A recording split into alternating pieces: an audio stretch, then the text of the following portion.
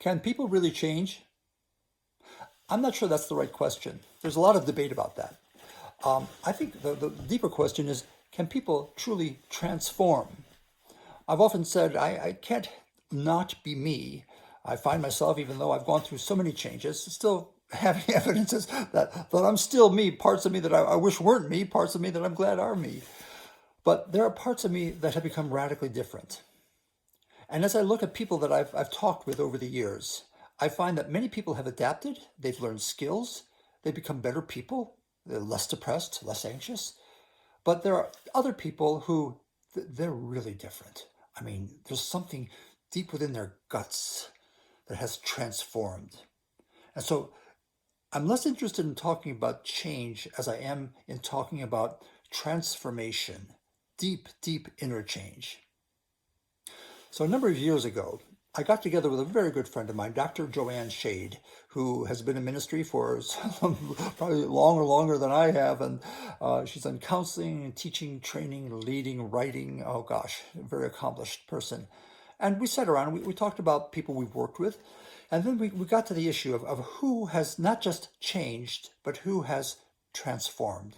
Who do we look at and say, wow, that person is different, substantially different? And so we found people that we have worked with, and we thought about them, and we thought, how did they change? What was it about them that they were able to change? And that's why I'm going to do this series of talks with you, because you're interested in not just changing and adapting and feeling better, and we know that. There's something in you that says, I'd like to be really substantially different. And so this is one of the paths that I think might be helpful for you. And so we wrote a book. Surprise, surprise, right? Transformative Change. Dr. Joanne Shade and I did this. And we went through what we saw are 4 shifts that people who really change in a transformative way, substantial, the circumstances aren't going to bend and break. These shifts are what they have gone through. And now, they're not shifts that have gone through and now they've completed them and they're where they need to be. You know that life doesn't work that way. We're in a continual growth process. But no, they're shifts that are intermingled. They are all related to each other. One can't occur without the other. But as they work together, we have found hearts and lives not just changed, but transformed. So I'm just going to introduce them today. Then I'm going to spend a talk on each one of them.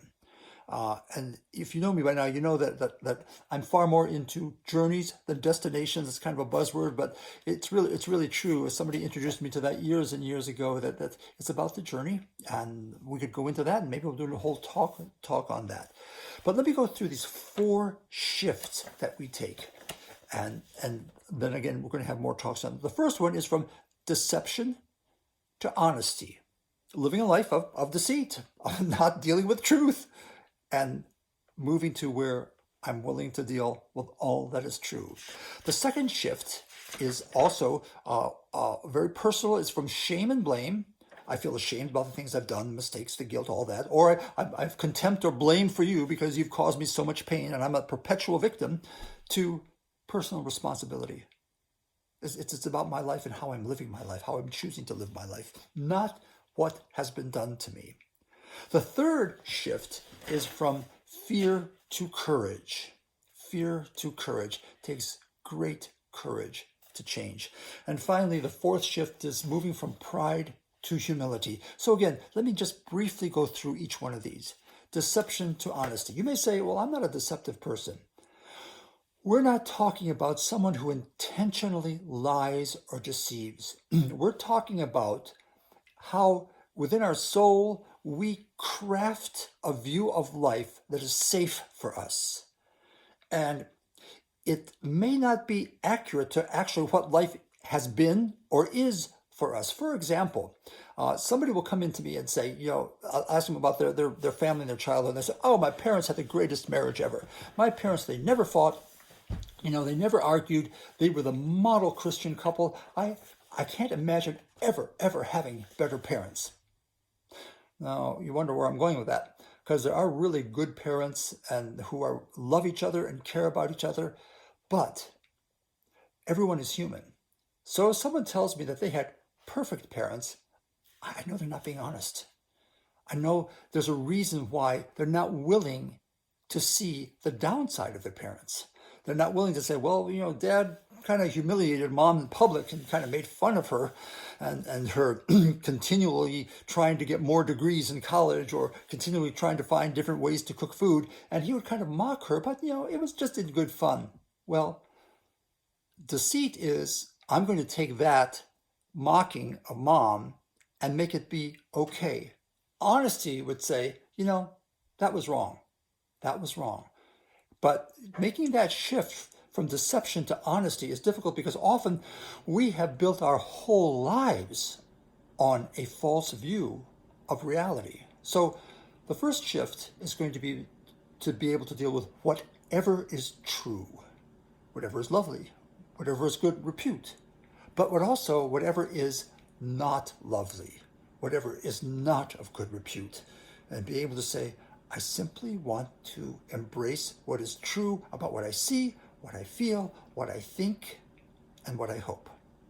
The second shift is from shame and blame to personal responsibility. You know that we live in a culture that is just filled with blame. We're all a victim of something. And the reality is that's true. We all are a victim of something. We live in a fallen world. And we were not originally designed to live in a fallen world. So life is difficult. And yeah, things happen to us that aren't fair. And then we also live with shame in that we've screwed up, right? We've not loved well. We've hurt people. We've made mistakes. We've failed. And so we can beat ourselves up. That's the shame part. Or we can beat other people up. That's the blame part. But interestingly enough, true transformation doesn't occur either through shaming myself or blaming somebody else. Honesty requires that I be able to see faults in myself and place responsibility on other people, but change is going to come when I'm willing to say, it's your life, and you will choose how to live it. You can live it by beating yourself up, by beating other people up, or by saying, I want to be a passionate, powerful, loving person. God, what do I need to do to become that person?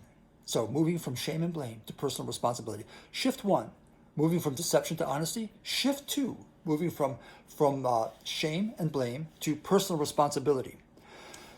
The third shift is a little harder to talk about until we start talking about it. Then you'll see it. It's from fear to courage.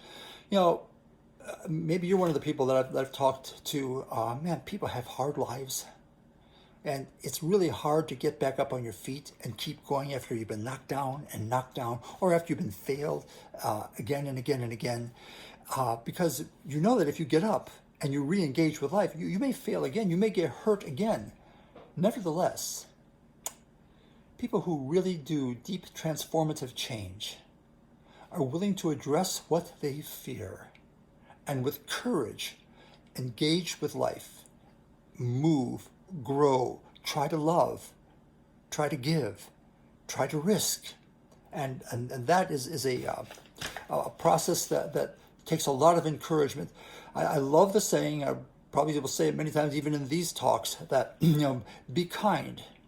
Everyone you meet is fighting a great battle. Now you may not see it. And I'm so often surprised when somebody really is vulnerable to me and says, let me tell you what I'm really dealing with. Or let me tell you where life has hit me and knocked me off my feet. And I'm not fully recovered from it. It takes great courage to keep going. Okay. The fourth shift is from pride to humility. And again, I'm going to talk about pride and humility probably in a little bit different way than is typically talked about. Because the pride that I want to talk about is simply the belief that I can do it on my own, that I can change my life, that I can be anything that I want to be. I can do anything that I want to do. You see, because deep transformative change cannot be done by myself. There are things that I have to say, God, I'm still me. And sometimes I have envy. Sometimes I get angry. Sometimes I withdraw and pout. And some of those things don't seem to be changing.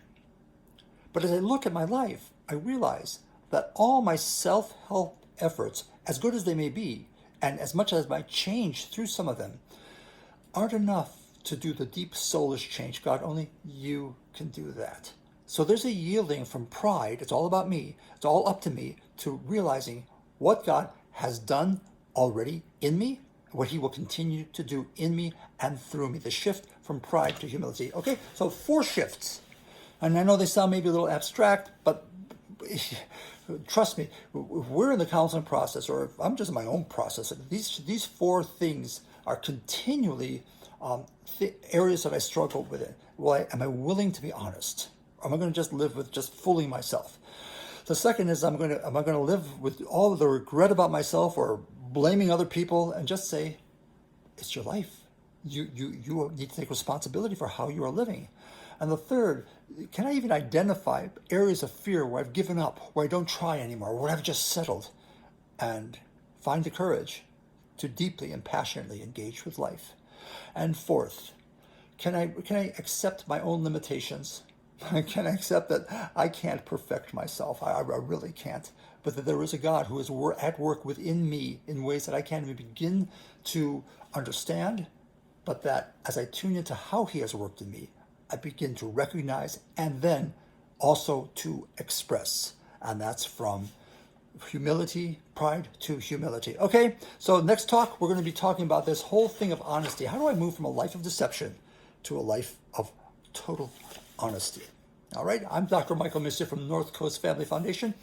Look us up, northcoastfamily.com. We've got much teaching on there. We have books that we've written, and you can be introduced to the counselors that we have on staff. Talk to you next time.